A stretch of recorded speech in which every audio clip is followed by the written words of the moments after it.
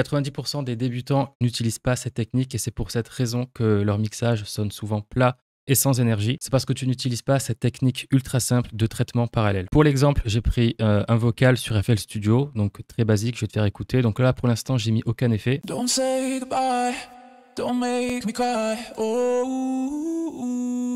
Donc voilà, la piste est brute. Ce que je vais faire, c'est que je vais l'envoyer à la piste 3, imaginons. Je vais pouvoir la renommer. Donc j'ai déjà fait une vidéo sur le traitement parallèle, je te la mettrai juste au-dessus si tu l'as pas vue. Mais ici, je vais te présenter une autre technique, à mon sens, qui est beaucoup plus simple. Donc je te la présente et tu pourras, toi, faire ton petit avis et me dire en commentaire si effectivement c'est mieux ou pas pour toi. Donc jusqu'à maintenant, tu avais l'habitude certainement de mettre tous tes effets ici, donc directement dans la piste que tu utilises. Donc là, en l'occurrence, la piste 3. Donc premièrement, pourquoi cette approche est mauvaise à mon sens, c'est que tu manques de flexibilité. C'est-à-dire que tu ne peux pas doser les effets vraiment précisément. Donc bien évidemment que tu pourras ici doser un petit peu donc l'intensité de l'effet. Si tu veux qu'on n'entende pas, ben, tu mets à 0. Mais je pense que dans le contrôle, c'est pas suffisant. Donc deuxième inconvénient de procéder comme ça, c'est que tu risques de détruire complètement la dynamique.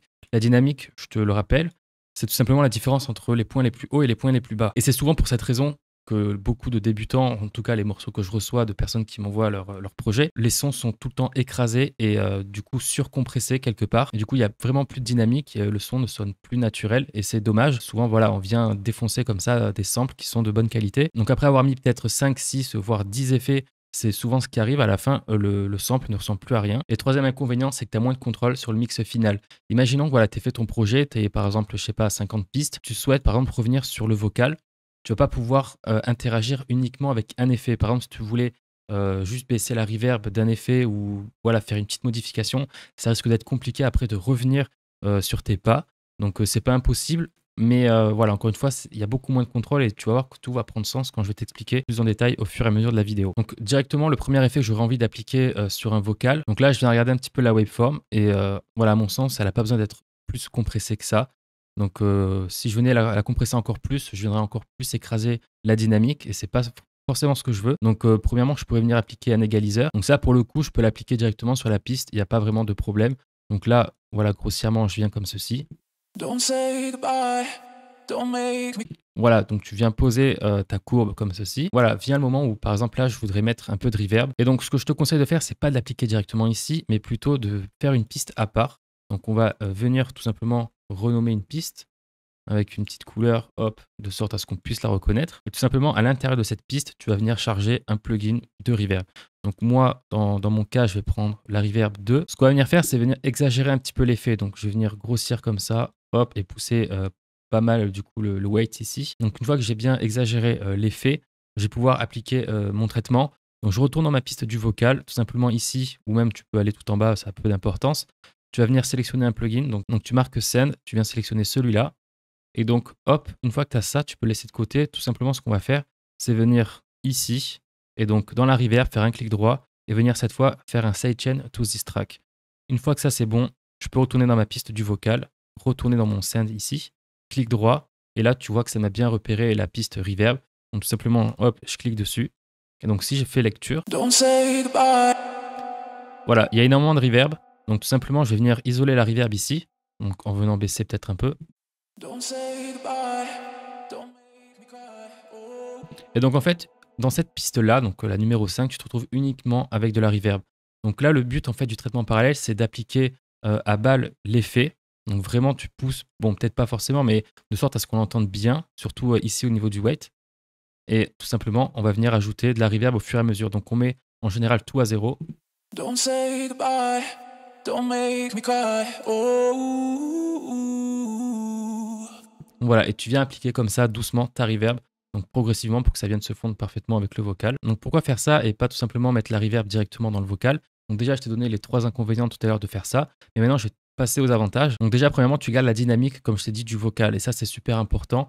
C'est ça qui fait le naturel, si tu veux, du son. Il ne faut pas que tout soit écrasé, sinon à la fin, ben, c'est tout plat et c'est pas super en fait à l'oreille. Donc là, pour l'instant, il n'y a que la reverb, mais on pourra appliquer ça à plein d'autres effets, donc je te le montrerai après. Tu viens garder le son d'origine, donc le vocal comme il est, et tout simplement, tu viens appliquer de la reverb. Donc en fait, le signal d'origine va venir se mélanger avec le signal réverbéré, et du coup, ça va pouvoir créer en fait autre chose. Tu vas pouvoir façonner et créer un son qui est complètement différent que si tu aurais directement mis la reverb ici. Et ce qui est bien avec ça, c'est que tu as plus de contrôle, encore une fois. Donc, par exemple, dans ma reverb, si je veux venir l'isoler, Don't say goodbye. voilà, je peux venir ici et tout simplement appliquer un égaliseur. Donc, pour venir égaliser uniquement la reverb. Et ça, c'est super bien en fait de pouvoir faire ça.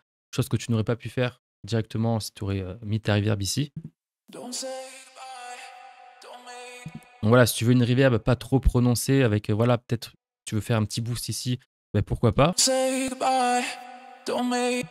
Donc on va tester avec d'autres effets. Maintenant, le principe reste le même. Donc je vais faire ça avec du delay. Donc on va rajouter ici de la distorsion. Donc ce que je viens faire ici, delay, hop, je vais en récupérer un. Moi, je prends toujours celui-là, j'aime beaucoup. Je vais mettre ici en ping-pong. Donc là, le output, le wet, je laisse à fond. Ici, je reviens dans mon vocal. Je peux refaire un send comme ceci. Pareil, je viens faire say chain to this track juste en dessous.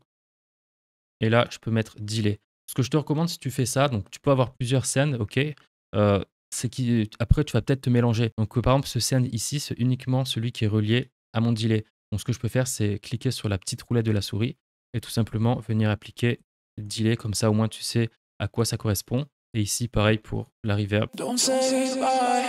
Don't make me cry. Ooh, fading again, but I won't give in.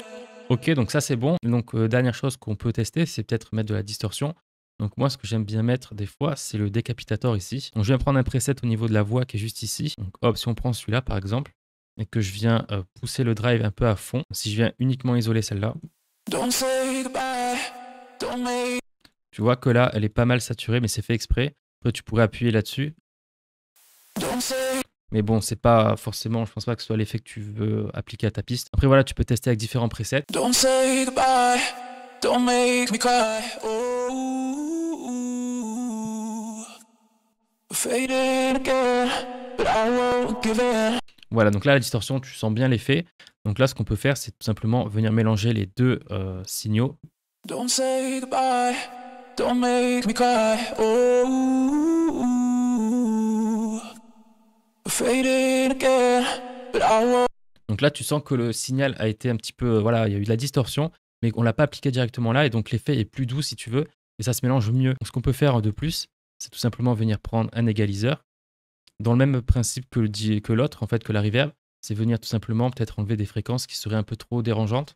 Don't say goodbye. Don't make me cry. Ooh. Voilà, par exemple, si on fait un petit move comme ça, parce que voilà, il y a pas mal de hautes fréquences.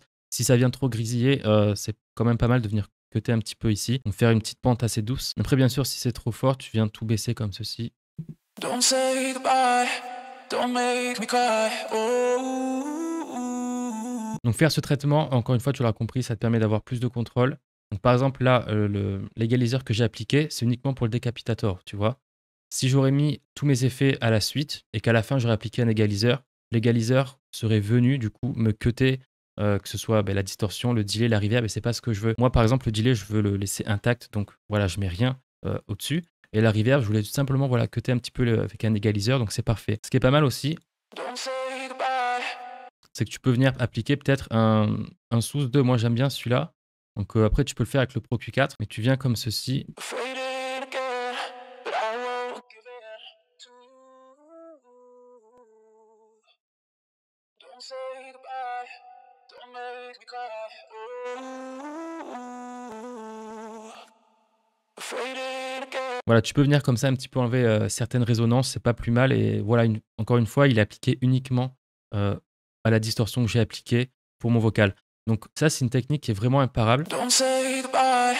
Don't make me cry. Et encore une fois, je précise qu'il ne faut pas faire ça pour toutes les pistes. Déjà, premièrement, ce serait ingérable. Ok, on ne peut pas faire 15 000 pistes dans tous les sens. Mais je pense qu'on peut le faire uniquement pour des pistes centrales. Par exemple, le vocal, on sait que dans une prod, c'est vraiment une partie voilà, au centre du morceau. Un truc qui doit vraiment ressortir du reste des instruments. Donc pour le vocal, par exemple, on pourrait mettre une attention particulière et créer des effets comme ça avec du traitement parallèle pour venir mieux gérer et mieux isoler certains effets pour sculpter un petit peu le son qu'on veut. Et ce qui est sympa aussi, deuxième avantage de faire cette technique, c'est que par exemple, si tu as une autre piste de voix, par exemple, bon là, il n'y a rien, mais imagine qu'il y ait un autre vocal ici. Ce que tu peux faire, c'est tout simplement remettre des sends et les envoyer dans les mêmes pistes qui sont là. Et donc, si tu veux, en fait, les deux vocals partageront la même reverb, le même delay et la même distorsion. Donc peut-être que ce sera mieux si tout est unifié, si tu veux, plutôt que chaque élément ait des reverbs, delay séparés. Enfin bref, je pense que tu as un petit peu compris. Donc dis-moi en commentaire ce que tu en as pensé, mets un petit like sur cette vidéo et pense à t'abonner. Moi c'était Lucas, je te dis à la prochaine pour une nouvelle vidéo.